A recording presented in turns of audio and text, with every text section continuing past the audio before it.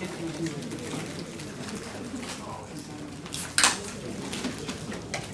afternoon, everyone. My name is Bob Brunner. I'm the Dean of the Garden School, and to those visitors from beyond our community, I wish you all welcome and a great day and a great visit to us.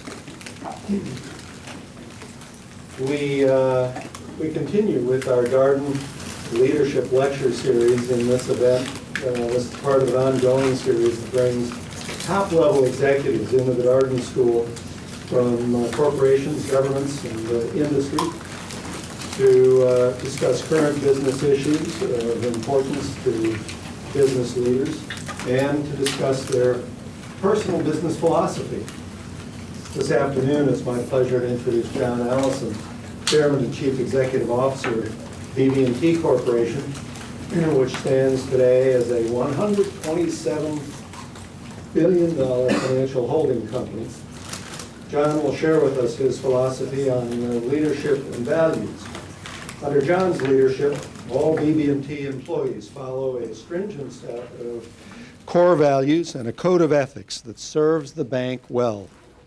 As Chairman and CEO, John oversees one of the most admired companies in America, as rated by Fortune magazine. In addition, this year, BB&T was named one of the best corporate citizens in the United States by Corporate Responsibility Officer magazine. John Allison joined BB&T in 1971 and in the 36 years since has managed a variety of responsibilities throughout the company. He was named BB&T President in 1987. Figure out the math on that. He's a young senior executive at that time, and he's been in the senior leadership of this company for 20 years. And he was elected chairman and CEO in 1989.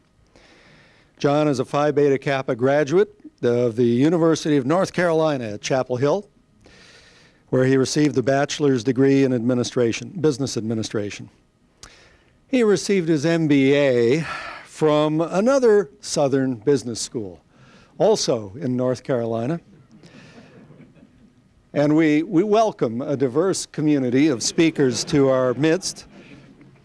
He's also a graduate of the Stonier Graduate School of Banking and has received honorary doctorate degrees from Clemson University, East Carolina University, and Mount Olive College. He's also a member of the American Bankers Association and the Financial Services Roundtable.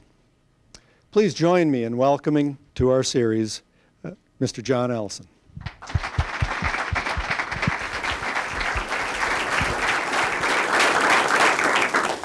Thanks, Bob. Good afternoon. It's really a pleasure to be here today. I always enjoy having the opportunity to talk to very bright young people who are future leaders of our society, people that will make an important difference. In fact, my purpose today is to talk about the issue of leadership and values. We believe that leaders have four basic roles. First, they create a vision or a sense of purpose in an organization. The organizing principle of human action is purpose.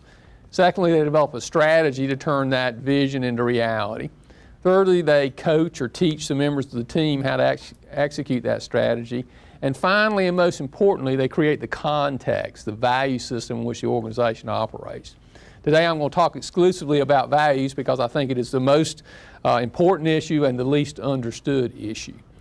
You know, to some degree, we have a crisis of values in our society. We've had some real serious ethical deviations in business with the WorldComs and Enrons. We seem to have endless ethical deviations in politics. If you talk to many people, a lot of people recognize that values are important, but most people don't use values very effectively. And that's because most people have a hodgepodge of beliefs that they've kind of developed in a random fashion throughout their lives. And they often do one thing and feel guilty because they didn't do something else. Very few people have really thought about what is the purpose of values. We believe that the purpose of values is to provide us with principles, that if we live these principles, we improve the probability of staying alive, being successful, and ultimately being happy. So really values are about principles that lead to happiness. Even having the right values doesn't guarantee that we'll be successful, we'll be happy, because things happen in Mother Nature beyond our control, but they improve the odds. And if you think about values in that context, and values aren't arbitrary, they aren't capricious, they don't fall out of the sky, it's really a scientific problem. And here's the problem. Given the laws of nature, Mother Nature, and given human nature, what principles are most likely to lead to our survival, our success, and ultimately our happiness? At BB&T, we have 10 core values, and as you go through these values, you'll find that not only are they non-contradictory, they're integrated. Fail on one, fail on the others. Our first value is reality, fact-based. What is.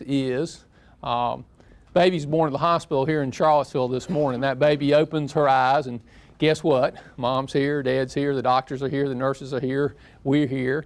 That baby doesn't get to make it up. In fact, that baby's task in life is how to figure out how to be successful, be happy, stay alive in the context of reality.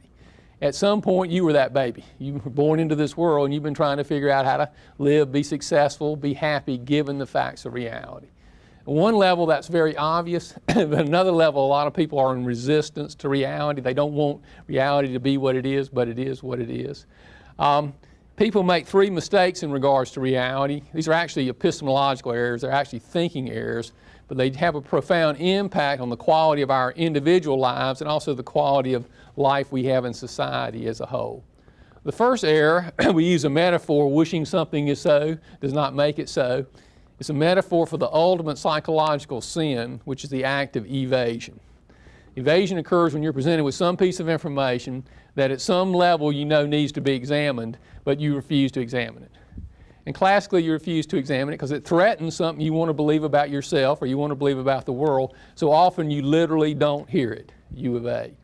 And unfortunately, everybody evades. You evade.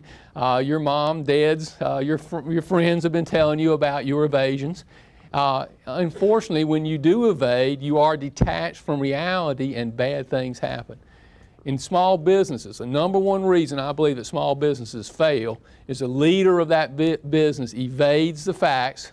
Things are going along fine, then things start going poorly, and they literally can't hear the bad news, and they drive that business right into the ground. It happens in large corporations fairly often.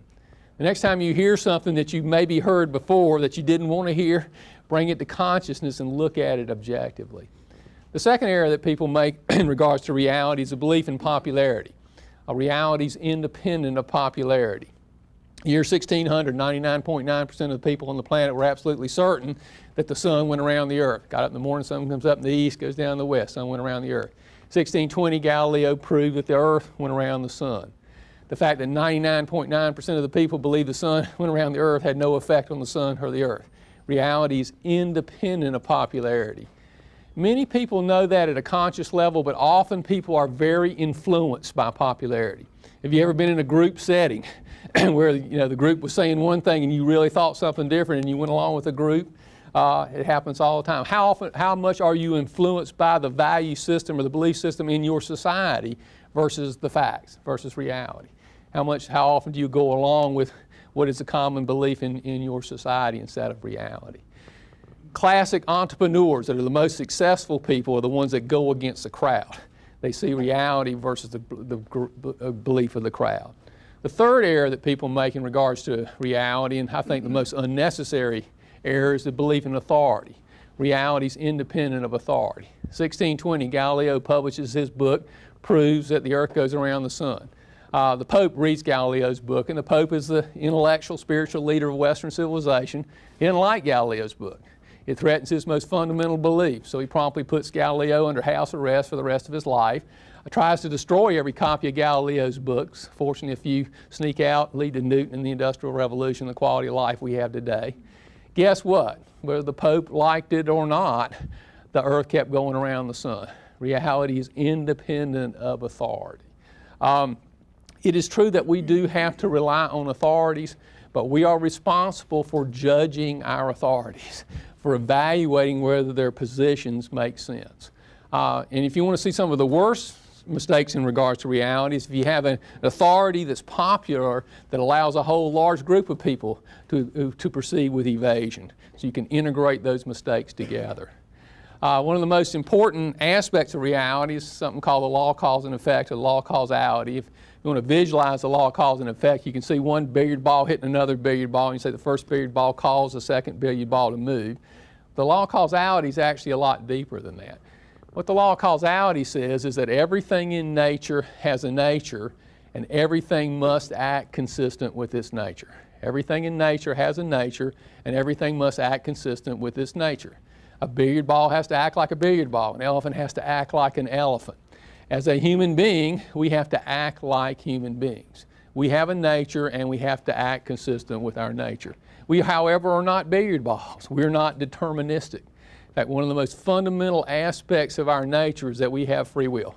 We have to make choices. And the self-evidency of that is a set of choices that you've been making since you were very young, that you make very often, and that only you can make. And that choice is to focus your mind or not, to be here or not. Nobody can stay in focus all the time, but you do choose when you stay in focus. In a presentation like this, you should be in focus. On Friday night, maybe you should go out of focus. But you choose when you're here or not. And when you're out of focus, you're detached from reality, you can't learn, you can't grow. One of the interesting things that happens, one of the most common ways that people evade is they go out of focus. During this presentation, I'll probably say something that you don't want to hear, and you'll go out of focus as a form of evasion. Successful business people sometimes have high IQs. What I find that often distinguishes successful business people is they evade less and they stay in focus more, and that is a huge competitive advantage in life. The other aspect of our nature that makes us unique is we have the capacity to reason objectively from the facts of reality. Everything that's alive has a method for staying alive. A lion has claws to hunt with. A deer has speed to avoid the hunter. We have the capacity to think. And our capacity to think is literally our only means of survival, success, and happiness. There are no shortcuts or no free lunches. We're very fortunate that the great genius of history, in my opinion, Aristotle, taught us how to think. And he did that back in 300 BC. And what Aristotle says, we ought to begin with the facts, begin with premises based on the facts, use induction and deduction to derive conclusions, to integrate those conclusions without contradiction. The fundamental rule of logic is to avoid contradiction. Then that conclusion could become a premise for a higher level of understanding. Despite knowing how to think since 300 BC, a lot of times we don't think that way. We think in a very convoluted manner, and we get the consequences of that kind of convoluted thinking process. In addition, when we try to make ourselves more effective thinkers, a lot of times we look at the higher end of the thinking process. And that can be very useful. You can go back to MBA school and you can learn a lot. It can be a very useful, powerful process. However, the real lever in thinking, particularly in regards to happiness, is in the premises. Because for intelligent people, premises drive conclusions. If you build your house on quicksand, you're going to have a problem with the top of the building. Premises are the foundation for your belief. That's why sometimes at great universities you find some really bright people that are also crazy. There's something wrong with their premise, right? It's interesting to reflect about where you got your most fundamental premises, your most fundamental beliefs, the beliefs that drive your life. You got your most fundamental beliefs from your moms, dads, Sunday school teachers, kindergarten teachers when you were very young. And where did they get their fundamental beliefs from? Their moms, dads, Sunday school teachers, kindergarten teachers when they were very young. Where did they get their beliefs from? Moms, dads, Sunday school teachers, kindergarten teachers when they were very young. A couple of thoughts about your fundamental beliefs. First, they're very primitive. Second, the odds are very high that you hold contradictions and you hold beliefs that don't work. You can look at your parents. Even if you love your parents, you probably see things in them that make them less successful and particularly less happy than they could be. You might have a different content, but the odds are you have that context. You learn that belief very, very young. If you want to improve your thinking process, the most powerful thing you can do, and the most difficult thing you can do, is to bring your fundamental beliefs, your fundamental premises to consciousness as an adult. Objectively look at those beliefs, reject any beliefs which are inconsistent with reality, they can't be so, and reject any contradictions because contradictions can't exist in reality. Deduction and induction. Deduction is where we go from the general to the specific. All men are mortal. Socrates is a man, therefore Socrates is mortal. Deduction is a concrete application of a general principle. It's a very powerful part of our thinking process. We're fortunate that Aristotle pretty much defined the rules for deduction back in 300 BC. And at this level, I find that most people deduce pretty well. when you make a poor deduction, the odds are it's not a logical error, but it's usually some form of evasion, right? When you're faced with all this overwhelming evidence and you draw something inconclusive with that, that's usually a form of evasion. But probably everybody in here deduces pretty well. As meaningful as deduction is, far more important is induction. Induction is where we go from the concrete things in the real world to a general principle. How did we decide that all men were mortal? Where did that come from? Induction is really what makes human beings human. The most basic expression of induction is called concept formation. When you were 1 or 2 years old, you could look at chairs and see that they were like each other and different and other things, and you developed a word, a concept called chair. And your parents got real excited about that, as they should have, because that was the beginning of the learning process. And if you have kids and they start saying chairs, you get excited about that. And then you were able to look at tables and see that they're like each other and different than other things. You developed a word, a concept called table. And then you made a big intellectual leap. You look at chairs and tables that don't look like each other at all, and you grasped that they had a common purpose. And you developed a word, a concept called furniture. And you did that all the way up to truth, justice, how the world should be run, the most advanced concepts is how you got to the belief system that you have today. If you look at concept formation, a couple thoughts about it. First, it is what makes the human mind so powerful. Take something as simple as chairs. In the real world, there are literally billions of chairs. If you had to deal with them perceptually like an animal, that's all you could think about, right? Of course, they wouldn't exist if you had to deal with them perceptually. In one word, you're capturing billions of real things in the world. The second thing about concept formation, this is a fairly important idea. Concepts should be open-ended, but that doesn't mean you can't be certain about things. Take something as simple as chairs. You know a whole lot more about chairs as an adult than you did when you were 2 or 3 years old. However, if you did it right at 3 years old, it was right. You don't have to have any uncertainty about that, but you can always learn more. Every concept you should keep open-ended, but that doesn't mean that you have to feel uncertain. You can always learn about anything. Third thought about concept formation, it is hierarchical. You started with tables and chairs, and then you moved up to furniture, and then you moved up to truth and justice and love, very complex ideas. Unfortunately, I suspect everybody in here cheated. And the way we cheat often as we move up the concept formation is we get many of our concepts from authorities, right? They tell us what love means, what justice means. Sometimes those concepts are right, sometimes they're not. Even your most advanced concepts ought to be traceable back to reality. If they're not traceable right back to reality, they're not valid concepts. Why talk about concept formation in business? I'll tell you an interesting thing. In business, and the longer I've been in business, the more I found this out. We talk about something called learning from experience. And learning from experience is very, very powerful. We've had a leadership development program now, it goes back over 30 years. We hire the best and brightest out of great universities like this into our program. Many of those people are very successful. Most of them are successful and a certain percentage fail. If you look at the difference between the high performers and the non-performers, it's not educational background and it's not IQ. What I think the difference is the high performers are more effective at learning from their experiences. And if you think about learning from experience, it's really just a form of concept formation. Think about somebody that's a master doctor or a master lawyer or a master lender. What they've been able to do is through their experiences, they've improved their decision process. So they developed a concept about making that decision. And therefore they can get rid of a lot of the peripheral stuff and they can think more effectively and deal with the margin. Most games in the kind of global environment we're in today are played at the margin. You can be really good and not be good enough. You got to be really, really good. The game's played at the margin. And people that become masters of a field of endeavor have developed concepts so they can make more effective decisions. And if you hold that as a conscious idea that you're trying to integrate the information in your thought process so that you can make decisions more effectively, you can actually develop more effective concepts. And if you look at people that become masters of the field of endeavor, they do a very interesting thing. This is a challenge that we have for all our employees at BB&T. We don't expect our employees to be geniuses. We do challenge all of our employees to have an active mind. And a person with an active mind is committed to learning. And if you look at people that become masters of the field of endeavor, that have active minds, they do two simple and profound things particularly well. First, they recognize something I think we all know, is that we all learn a lot from our mistakes. You probably can think of mistakes that made a big difference in your life. Unfortunately, however, a lot of times we don't learn from our mistakes, right? We get to do them over and over again. We embed them in our personality, mistakes.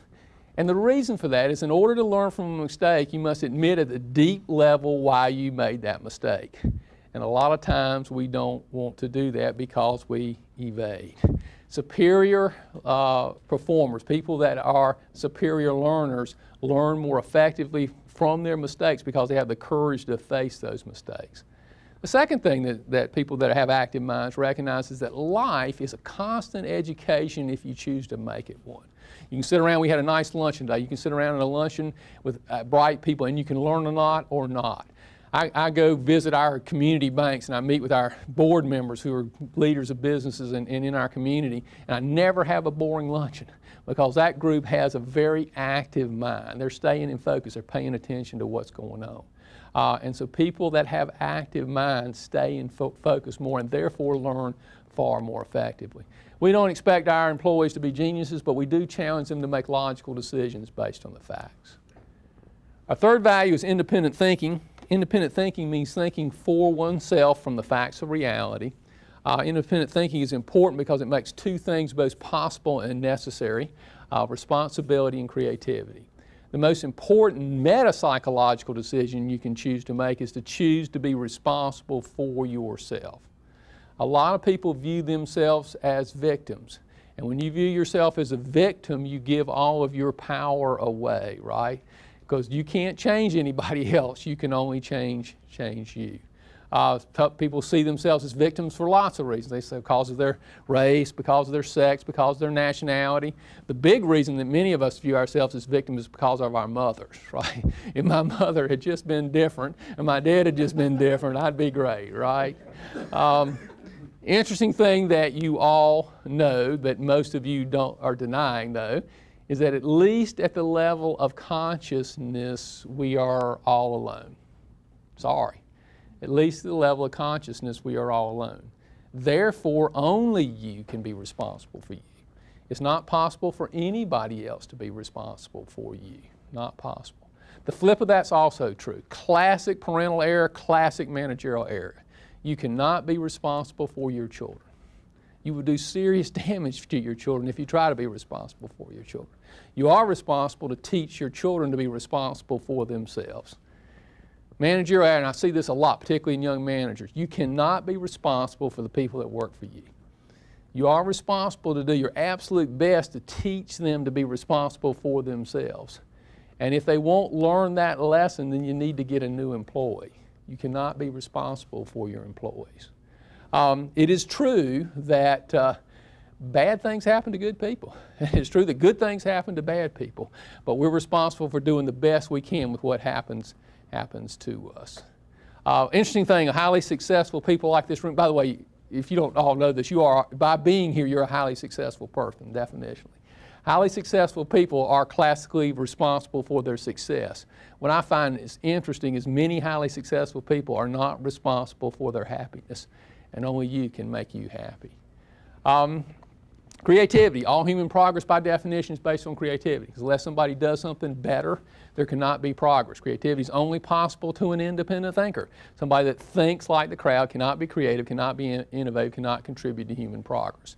There are a number of pretty strong obstacles to creativity. Number one obstacle is the belief that I am not creative.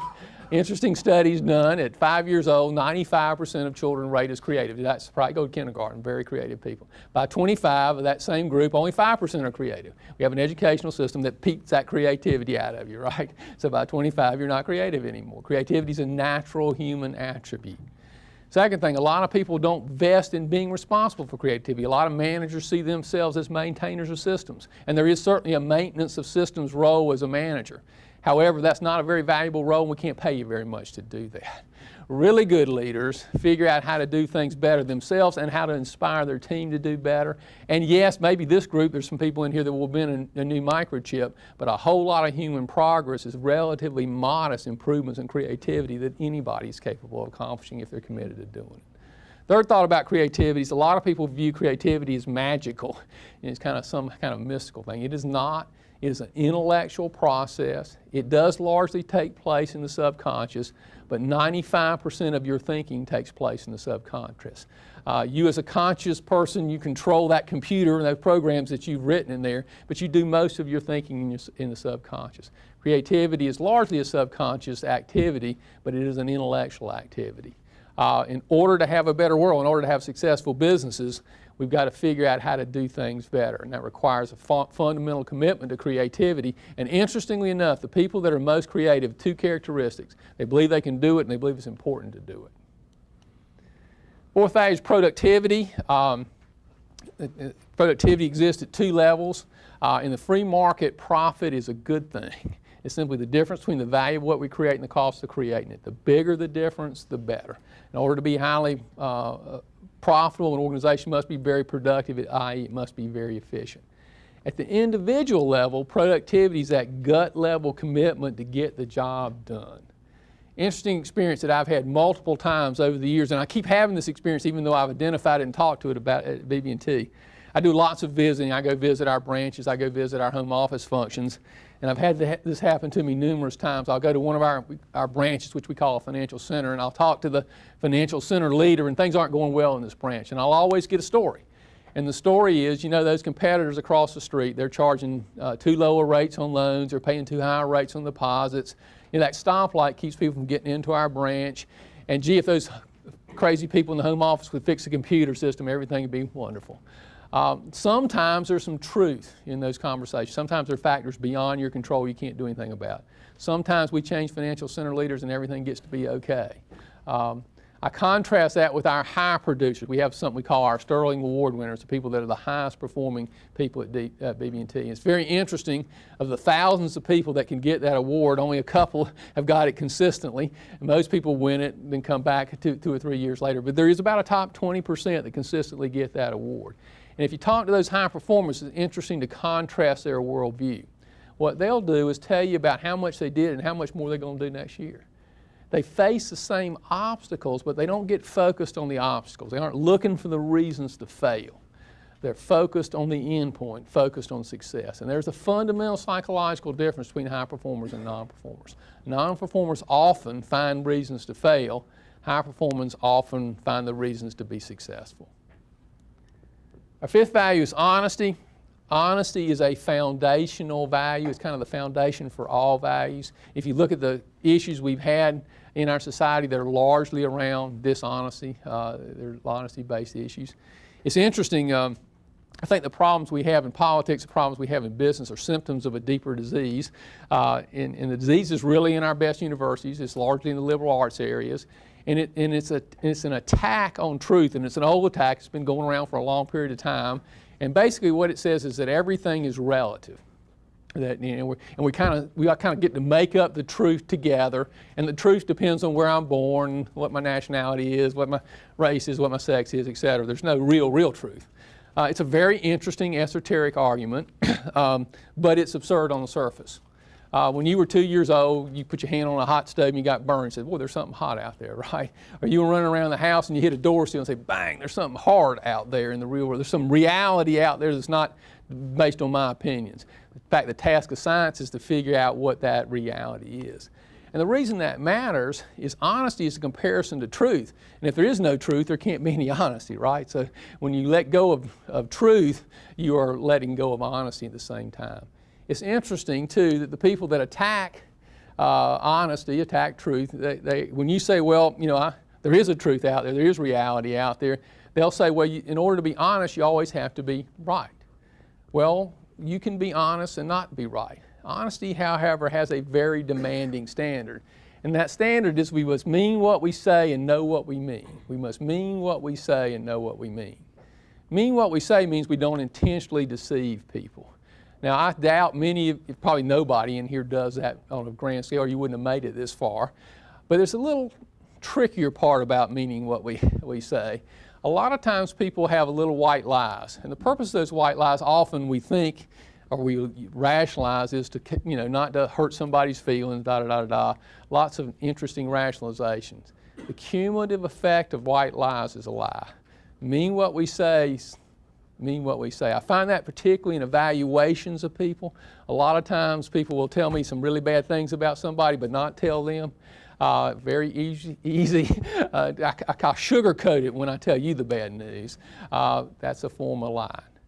Know what you mean. The standard is not omniscient. As human beings, we're not omniscient. But it does say that you don't claim a level of knowledge that you don't have. And a lot of times we claim a level of knowledge we don't have. Honesty, most importantly, requires that we must keep our agreements. We must keep our agreements. Our sixth value is integrity. There are a lot of apparent temptations in life. And particularly, this group's already been at work, but you're going back in leadership kind of positions. You're going to face lots of temptations in life. What you can know with certainty, however, if you develop your principles logically based on the facts, those temptations aren't really temptations. They're just ways to fail. They're just ways to fail. So integrity in that regard is really not a duty. It's a means to success and happiness. It really is a harmony of mind and body. If you believe something, do it. What integrity does require, however, is a longer-term perspective. There will be things that will be better for you in the short term that will come to haunt you in the long term. And integrity requires that you take a longer-term perspective on your life. I find a lot of people don't act with integrity, A, because they don't have a set of principles that will guide their life, or B, they have a set of principles that don't work. So whether or not you agree with what I say, you really need a set of principles because you need those guideposts to lead to your success and your happiness. They're not duties, they're a means to happiness. Never compromise your principles. There's a lot of compromise around the content of life, but never compromise the context. Our seventh value is justice or fairness. In human relationships, justice is the number one value. If you ask somebody what they think about their manager, if you ask somebody that works for you what they think about you, pretty soon they're going to say, well, I think my manager's fair, just, or not. And people don't want to work for somebody that under-rewards performance, or interestingly enough, somebody that over-rewards performance, and they're right to feel that way. In addition, if we don't reward the high performers, they'll leave and we'll be worse off. Equally important, if there's no reward for superior performance, the average person won't be motivated to do better. And a lot of leadership and management is about getting average people to perform at above average levels. At BB&T, we strongly believe that those that contribute the most should receive the most. We have incentive programs that go very deep in our organization, in fact, all the way down to the teller line. The purpose is clear. We want to be sure that those that make the biggest contributions get the biggest reward. Always in evaluating performance, there's room for error. There's subjective. There's no perfect evaluation process, but it's important that you know the goal. The goal is to reward those that contribute the most with the most. Because we believe in justice, we also consciously reject egalitarianism. In fact, I happen to believe egalitarianism is one of our most destructive ideas in our society. What egalitarians want is equal outcome, not equal opportunity. It is true that everybody should be equal before law. It is true that every human being ought to be treated with dignity and respect simply because they're a human being. But it's not true that everybody's equal. In fact, I've never met two equal people. Everybody in this room is different. Everybody in this room is a unique, special individual. We're all individuals. Because we're all individuals, we are all unique. We're all special. At the extreme, Thomas Edison and the Boston Strangler are not equal. They are not equal. Because people are not equal, we do have to judge. We do have to evaluate other people. We have to judge a lot of things. Are we eating the right food? Are we wearing the right clothes? Do we have the right people working for us? Are we working for the right people? Do our kids have the right friends? Are we marrying the right person? In fact, I would argue for most of us, the most important set of judgments that we make are about other human beings. Because people are not equal, we do have to judge people, and it has a big effect on the quality of our lives. So it's very important how we evaluate, how we judge people. And there's a proper process. We ought to judge people as individuals based on their merits, based on what matters. So we do have to judge people as individuals based on their merits, based on what matters in that circumstance. In fact, a lot of leadership and management is about evaluating, judging other people. For that reason, we consciously reject collectivism. Collectivists evaluate people because they're membership in a group. Forms of collectivism include racism, sexism, communism, nationalism, socialism are all forms of collectivism. One interesting thing about collectivists, they're always wrong, right? Because everybody in the group is different. They're definitionally wrong. In business, the most common forms of collectivism you see are racism and sexism. We've made some progress on racism and sexism, and yet there's still a lot of racism and a lot of sexism in business. If you look at people that are racist and sexist, it's hard to know exactly what motivates them. I think it's usually low self-esteem. You know, I don't feel very good about me, but I feel good about this group. My group's better than your group, therefore I'm good. Kind of a crazy form of low self-esteem. But what they don't realize is that being a racist or selfish, a sexist, is self-defeating. For example, we have a financial center manager, and that financial center manager doesn't hire the best person to do the job because they're black, white, male, female, Chinese, any other non-essential reason. What's going to happen? That financial center is going to be less successful than it would have been. If that financial center manager continues that pattern, she'll eventually get fired, which is a form of justice. So being a racist or sexist is bad for the person doing the discrimination, as well as bad for the person being discriminated against. And why is that? And this is a meta issue. Our means of survival, success, and happiness as human beings is our capacity to make logical decisions based on the facts, to think rationally. One of the most important arenas in which we must make those decisions are evaluations of other people. When we evaluate other people for the wrong reasons, bad things happen to us. Bad things happen to us. So being a racist or sexist is bad for us because it violates our fundamental means of survival, success, and happiness. A couple other thoughts about justice. Justice is a two-edged sword. It's pretty easy to reward superior performance. It's harder to deal with non-performance. However, failing to deal with non-performance is a form of injustice, and most people don't think of it in those terms. It's obviously unfair to the team to allow a non-performer to be on the team. It brings down the performance of the team. You probably experienced that in your work career. But what's equally interesting, if failing to deal with non-performance is unfair to the non-performer. I've never met a happy non-performer. One of the more difficult things to do for young managers is to deal with non-performance. Failing to deal with non-performance is a form of injustice. One last thought about justice. Justice only applies to human action. Mother Nature is neither just nor unjust. Mother Nature just is. And a lot of people waste a lot of time, effort, and energy complaining about things that are driven by Mother Nature. Mother Nature just is. Justice relates to human action. Our eighth value is pride. Aristotle said that pride was the greatest of all virtues, because to have it, you had to have all the other virtues. You had to be just, honest, have integrity, be a rational, independent thinker. As such, pride serves two very important roles. A, it's a psychological reminder to do good, and B, it's a psychological reward for having done good. I'll give you an interesting test to think about. More often than we like to think about, we're faced with what I call moral decisions. Decisions that aren't operational in nature but have an ethical content about them. The next time you're faced with one of those decisions, which will, by the way, happen sometime this week, ask yourself this question. Would you be willing to tell the people you care about, not the newspapers, the people you care about, you judge important in your life, what you're going to do, and far, far more important, why you're going to do it? And if you wouldn't tell the people that you care about what you're going to do and why you're going to do it, don't do it. Because you will always know what you did and, more importantly, why you did it.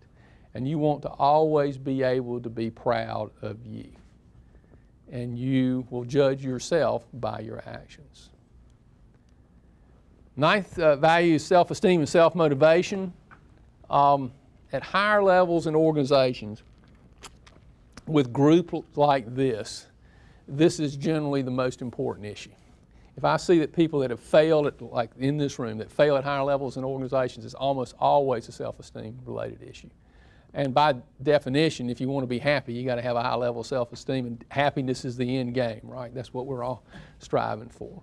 You see oftentimes at high levels in organizations, people that kind of have some self-esteem trigger that causes them to do some self-destructive behavior.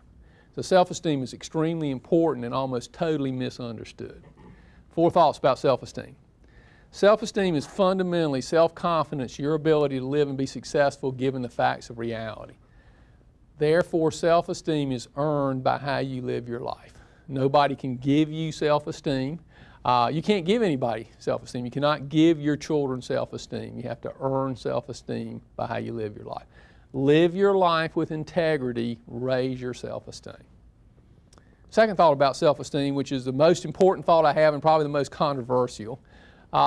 If you want to have a high level of self-esteem, you must fundamentally believe that you're capable of being good and that you have the moral right to be happy. To have a high level of self-esteem, you must fundamentally believe that you're capable of being good and that you have a moral right to be happy. Unfortunately, a very commonly held belief in our society, and in most societies, and probably with practically everybody in this room, is that as human beings, we're born bad, and the reason we're born bad is we are selfish. And selfish is bad, right? Selfish is bad. You can see Johnny in the sandbox, 4 years old, having a good time playing with his truck, not bothering anybody. Along comes Fred. Fred would like to have Johnny's truck. Johnny doesn't want to give him the truck, right? Mom, Sunday school teacher, kindergarten teacher interferes in the process and says, hey, Johnny, give Fred that truck. Don't be selfish, don't be bad, right? Now, interesting question there. Where did Fred get the right to Johnny's truck? Wonder how we got a social welfare system in the United States. Very interesting question. What if that happens to Johnny several hundred times between the time he's 2 years old and the time he's 7 or 8 years old? And if he happens to be female, it happens to happen 2 or 3 times as many times. Don't be selfish, don't be bad. Interesting thing to reflect on. How about being selfish? Immutable, non-negotiable fact of reality. Everything that is alive must act in its self-interest or die. Immutable, non-negotiable fact of reality. Everything that is alive must act in its self-interest or die. A lion has to hunt or starve. A deer has to run from the hunter or be eaten. Trees shade out other trees. Amoeba take chemicals that other amoeba would like to have. Life is definitionally self-sustaining action. Anything that's alive that quits sustaining its life does what? It dies. To say that man is bad because he is selfish is the same thing as saying that the sun's bad because it's hot. Gravity's bad because it holds us down. Sun should be hot. Gravity should hold us down. And as a living entity, we should be selfish. We don't have any other option except to die. Now, it's very important that we define selfish properly. And I will define selfish as acting in one's rational long-term self-interest. Acting in one's rational long-term self-interest. And the reason for that is we're given 2 fundamental false alternatives. And the false alternatives are to take advantage of other people or to self-sacrifice. In fact, a lot of times when people talk about selfish, they say it's about taking advantage of other people. Interestingly enough, taking advantage of other people is not selfish. It is self-defeating. Self-defeating. And you see that a lot in business. I might fool Fred and I might fool Sue, but pretty soon Fred and Sue are going to tell Tom and Harry and Jane, and nobody's going to trust me. And you find that in business fairly often. People that started out trying to manipulate other people got caught, and then they are very, very unsuccessful. However, there's a much deeper reason. If you spend your effort and energy trying to manipulate other people, you're going to get to encounter other people's subconsciousness, other people's psychology, and that's going to make you paranoid. Because other people's psychology is a big mess, right? And if you spend your effort and energy trying to manipulate other people, it's going to have a bad psychological effect on you. In my role, I get to meet a lot of, quote, successful people in business. It's kind of a unique aspect of my job. And I'll tell you, I've never met a successful person that was also happy that I think got there primarily taking advantage of other people. I've met a few people that had a lot of money that I think primarily got there taking advantage of other people, and they're the most unhappy people I have ever met. It doesn't work taking advantage of other people. It is true that other people's consciousness exists in reality, and you have to be aware of other people's consciousness.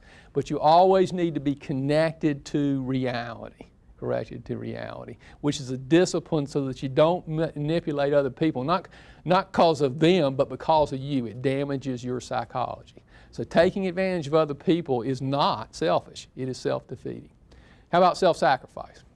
Self-sacrifice is what was largely argued as what we ought to all be doing, right? Self-sacrifice carried to its logical extreme. If you want to see things philosophically, you have to look at them at the logical extreme. It's called altruism. Altruism is a self-defeating philosophy because it requires that we go to the lowest common denominator. If I have anything more than Tom, then I'm obligated to give something to Tom. But an interesting thing happens if Tom, even though he's poor, if he has anything more than Jane, he's obligated to give it to Jane or he became bad. And if Jane has anything more than Sue, she's got to give it to Sue. And if Sue has anything more than Fred, she's got to give it to Fred down to the lowest common denominator. And unfortunately, there are always people in the process of dying. So the only way to be equal to the lowest common denominator is to die. The monks in the Middle Ages took altruism seriously. They beat themselves with whips, drank dirty dishwater, slept on rocks. They were really good altruists. We don't have any good altruists today. Altruism doesn't work. It doesn't work. What should we really do? What we really are in life is traders. We trade value for value. We get better together. In our business, we help our clients achieve economic success and financial security. They let us make a profit doing it. We get better together. In fact, life is really about creating win-win relationships. There are only two stable relationship conditions, win-win and lose-lose. Anytime you get greedy and you try to create a win-lose relationship, I guarantee you it will become lose-lose. You see that in spousal relationships fairly often, unfortunately. Also, interestingly enough, anytime you become self-sacrificial and you go to a lose-win relationship, it will become a lose-lose relationship. So life is about creating win-win relationships. In relationships that matter in your life, you should think about that consciously. You should ask yourselves, what's in it for me? Because if there's nothing in it for you, you'll get bitter and you'll tank that relationship. But you also should ask, what's in it for them? Because if there's nothing in it for them, they'll tank the relationship. We've done lots of mergers and acquisitions, and they've been very successful, lots of mergers and acquisitions. And we always ask in advance, how does it work for us? We also ask, how does it work for them? Because we know if it won't work for them, and it may not work for everybody, but if it won't work for most of the members of that team, it will not work for us. And of course, it is in your rational self-interest to help your family, to help your friends, to help the people you work with, to help the people you care about. That's not a sacrifice to help your children. If you love your children, helping your children is not a sacrifice. In fact, the ultimate expression of selfishness is love. Now, most people don't think about that, but it is. I can just see in this age group, you're getting ready to get married, and your future spouse comes up to you and says, honey, I want to give you the good news. I am so excited about us getting married. This is the biggest sacrifice I've ever made. Not exactly what you're looking to hear, right? Not exactly. Love is an expression of selfishness. I happen to believe it is in my rational self-interest to support the United Way. United Way is an umbrella charity organization. It does lots of good in the community. The reason I think it's my rational self-interest to support the United Way is I wouldn't want to live in the kind of community that would exist if there weren't a United Way, and I certainly wouldn't want my children to live in that kind of community. So I believe it is in my rational self-interest to support the United Way. And because of that, I tend to give more and give more consistently. People that give out of sacrifice always find some reason to get bitter. Because I think I'm doing something that's good for me and good for the people I care about, I do it more consistently. And in that context, you should act in your rational self-interest. You're not bad because you're selfish, you're alive because you're selfish. One of the great philosophical observations of the history of man was by Thomas Jefferson, the Declaration of Independence. Life, liberty, and the pursuit of happiness. Most people, when they hear that, think of liberty, and liberty is very important, but liberty is an old idea, it's a Greek idea. The real world-changing idea that Jefferson expressed was the pursuit of happiness. Before Jefferson, before the thinkers of the Enlightenment, everybody existed for somebody else's good. For the good of the king, for the good of the state, the good of the church. Nobody existed for their own good. What Jefferson said is that each one of us has a moral right to the pursuit of our personal happiness. And interestingly enough, that idea changed the world. Created the most successful society in history, and interestingly enough, the most benevolent. When people have a right to their own life, they're naturally nicer to other people. People in socialist and communist societies hate each other because they're all victims of each other. And I happen to agree with Jefferson. I believe each one of us has the moral right to the pursuit of our personal happiness. If you want to have a high level of self-esteem, you must fundamentally believe that you're capable of being good and that you have a moral right to be happy. Third thought about self-esteem, just like we have to judge, evaluate other people, we should constantly be judging and evaluating ourselves to be sure we're moving in the right direction. I'll give you an interesting example. One of my heroes is Michael Jordan. Michael Jordan is not only a great basketball player, but he's also a real inspiration for poor kids. I know this will surprise you, but I'm not as good a basketball player as Michael Jordan. There's a serious differential in performance. Should I feel bad about me because I'm not as good a basketball player as Michael Jordan? No. Just like we as human beings in a broad context have a nature, each of us as an individual has a nature. We're born with certain sets of strengths and weaknesses, and all we can do is do the best we can given our nature. And interestingly enough, all that requires is you do something productive that you enjoy doing, and you can do it, and you do it the best you can do it. If you're doing something productive that you enjoy doing, and you're doing the best you can do it, you are perfect. People say perfection's impossible. Well, if it's impossible, it ain't perfect, right?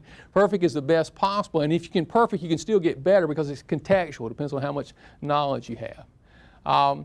You can make two basic errors in self-evaluation.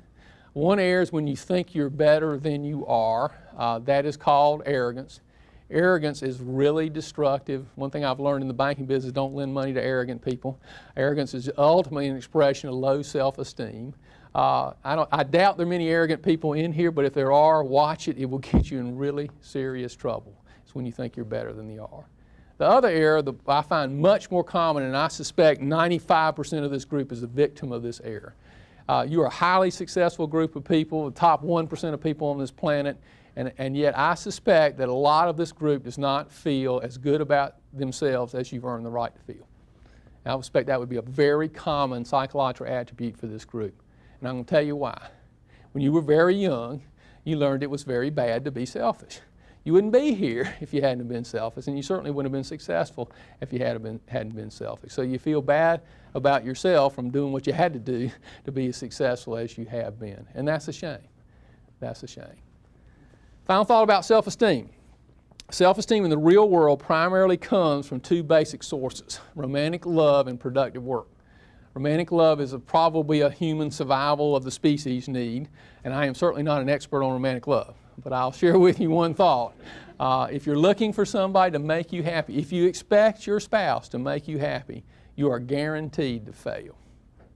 Nobody else can make you happy. If you're looking for somebody to share your happiness with, you have a very high probability of success. Lots of people would like to share happiness with other people. Productive work. I use productive work in the broadest context. Raising children is very productive, very difficult work. Productive work is a fundamental human need. It is part of our nature. For most of this group, probably almost all of this group, you're going to spend a disproportionate amount of your waking energy focus at work. And therefore, work becomes very important to you way beyond the prestige, way beyond the money. Because work will be the primary driver of your self-esteem.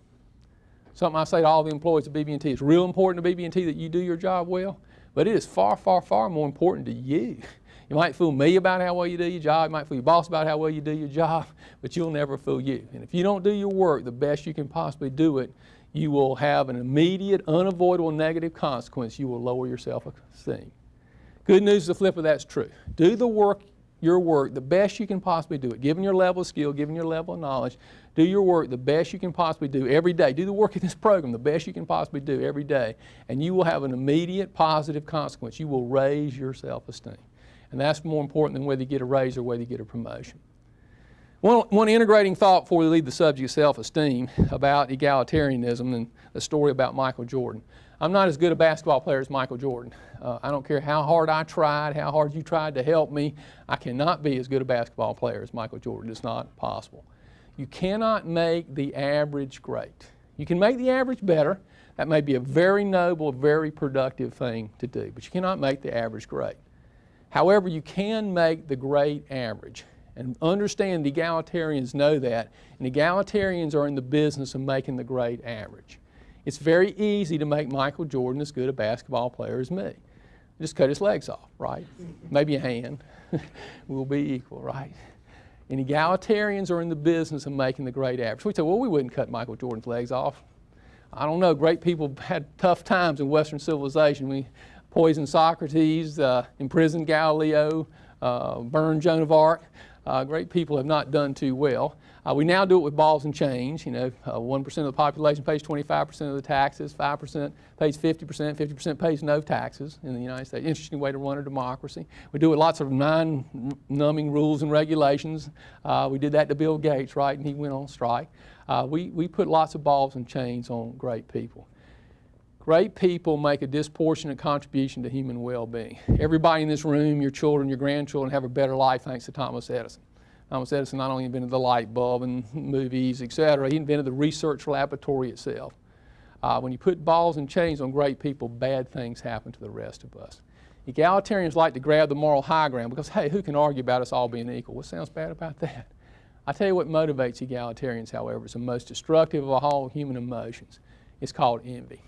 Envy is a hatred of the good for being the good. Very destructive emotion. Watch it in yourself.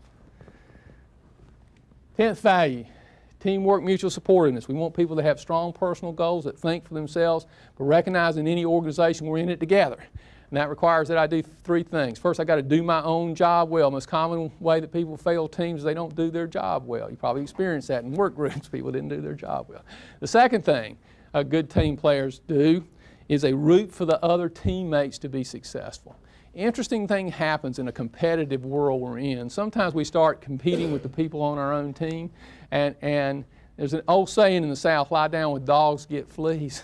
The flip of that is true. Spend time with great people, get great. Root for your fellow teammates to be successful, particularly the really good ones, and learn from them. Don't allow envy to cause you keep you from learning what you can from highly performing people. Final thought about teamwork. There's an intellectual activity in teamwork, and that means that you have to do your own job well, but you have to think about how your work affects the rest of the team, and a lot of people don't do that. Simple example.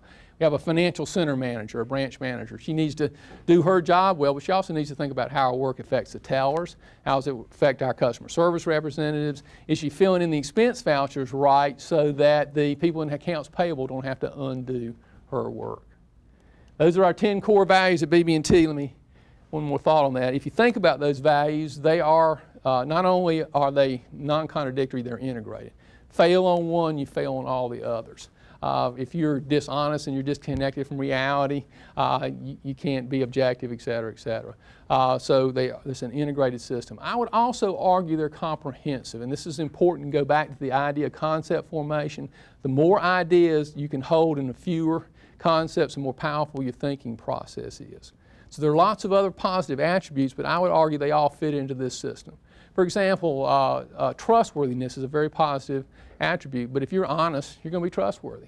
Courage is a very positive attribute, but if you have integrity, you're going to have courage. So in 10 concepts, you can dramatically improve the effectiveness of your thinking process. Very powerful concepts.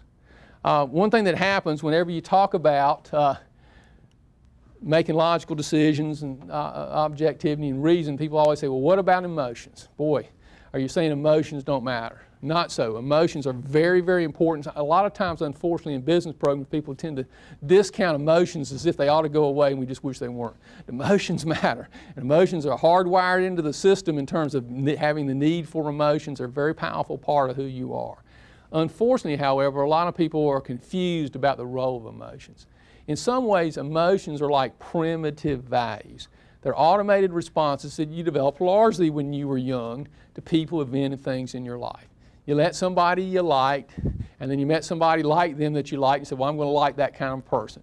You went to some kind of event and you didn't like it, and you went to one and said, I didn't like that, so I'm not going to like that kind of event. So you develop these automated responses to people, events, and things in your lives. You like chocolate ice cream, you like vanilla ice cream,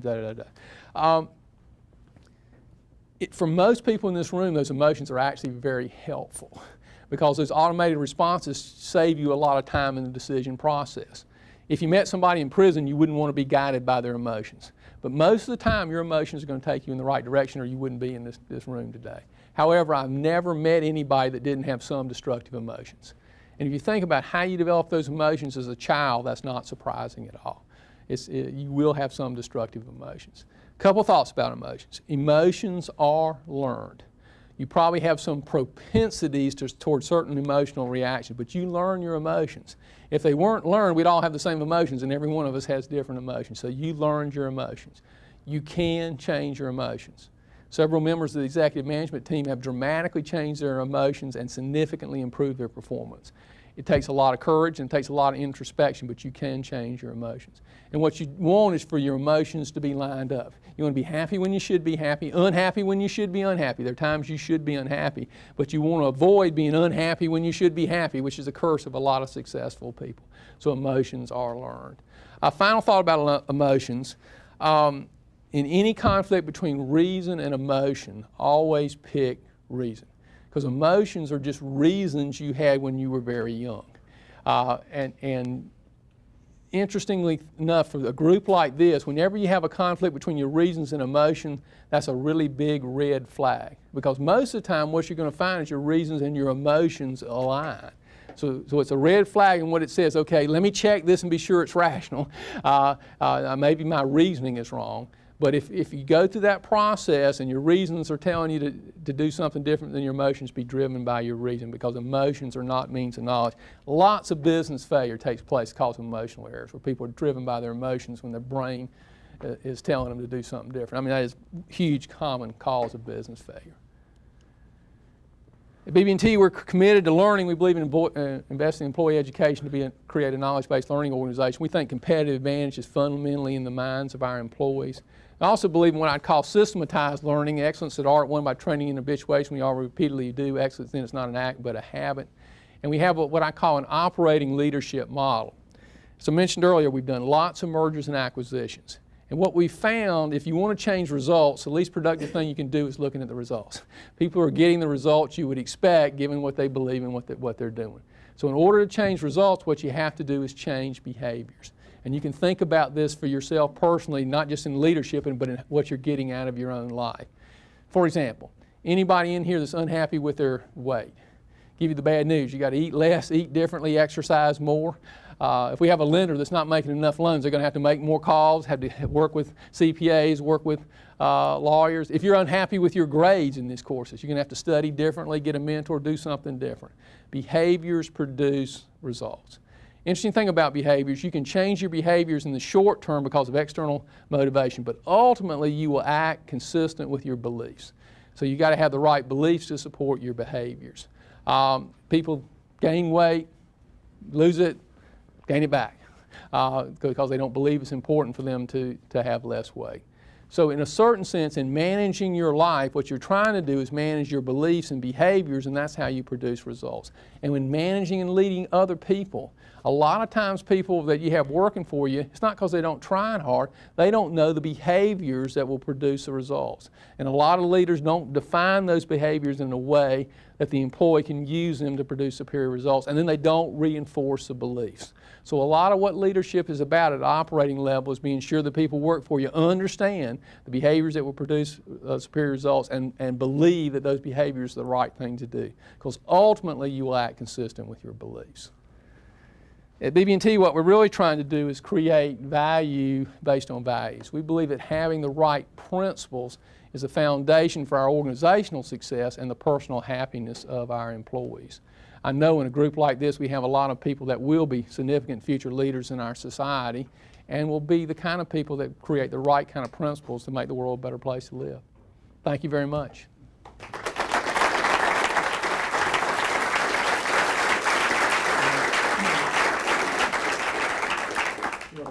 I've got time to take a few questions. If anybody has to leave, I certainly understand that. Be glad to.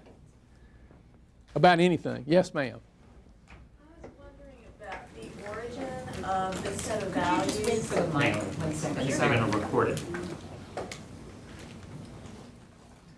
I was wondering about the origin of this set of values and what was the process that you went through to come up with the list of 10?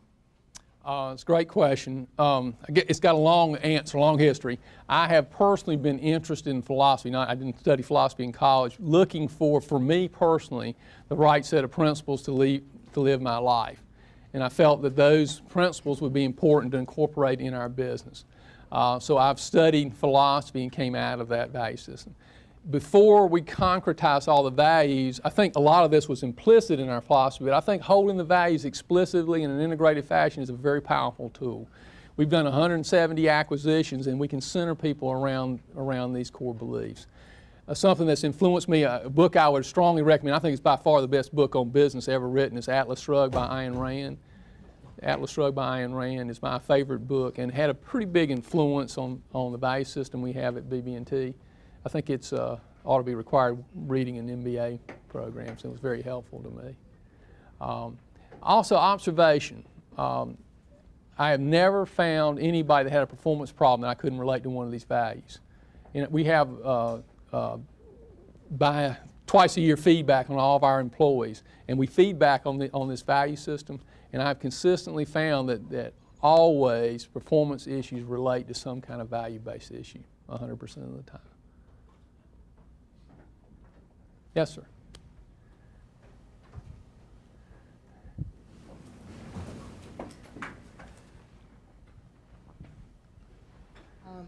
A question about two values which you spoke about, specifically reason, objectivity. And when it comes to evaluating people, you said that's one other key skill. And sometimes people say that they go by their gut instinct. Is that objectivity, or am I then becoming subjective? And how do you struggle with that situation? That's a great question. The issue about gut instinct, I think that many experienced people can analyze data in their subconscious, and it might even be hard for them to put it down on a piece of paper, but they are thinking. and what you can do to test that, and I think it's very helpful, and what you ought to do to yourself is start asking the hard questions, and they should be able to bring it to consciousness and give you some decent answers about that, or else you're going to probably, they might get lucky, but if they make 10 decisions that way, they'll have enough really bad ones. And if you make 10 decisions that way, you'll have enough really bad ones. But you do develop an educated response. We've done 175 mergers.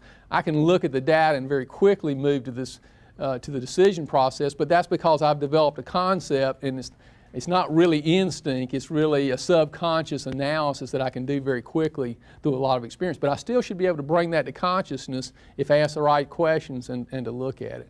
So yes, there are gut reactions that are important, but I have found that people that do that and do it a lot either can analyze it, or if they can't, then they're going to miss pretty badly a fair percentage of the time. One last question. Oh God, I have the last question. All right, so as your leadership changes, you have new people coming in, how do you ensure that they uphold all these values that you've talked about, and ensure that continues to progress through your company? Question too. Well, I call it a long process, a long process of indoctrination in terms of the very highest level of the organization. I personally do this value presentation for all of our officers once a year. We have a booklet on values. We give them feedback in their biannually on their performance evaluations. And for selection into our highest levels of management, we're going to know them well enough to make that judgment. Or if they're inconsistent with the values, we will fire them. I was just telling the group at lunch, we fired our highest mortgage producer over ethics, over an ethics issue last week. And even though that person was very productive, we have no toleration of ethics violations. I found that important in a practical sense too. I find that people that violate ethics might go back okay, but they'll come back and bite you later on. But secondly, most importantly, is the message. If you tolerate people that are unethical just because they're doing well today, it's a terrible message, and it invites everybody else to cheat in the organization. So we're merciless on ethics issues. If you're not doing well, we'll try to help you get to be a better, and if you'll work at you, but if you violate the ethics, you're gone. Everyone, please join me in thanking God.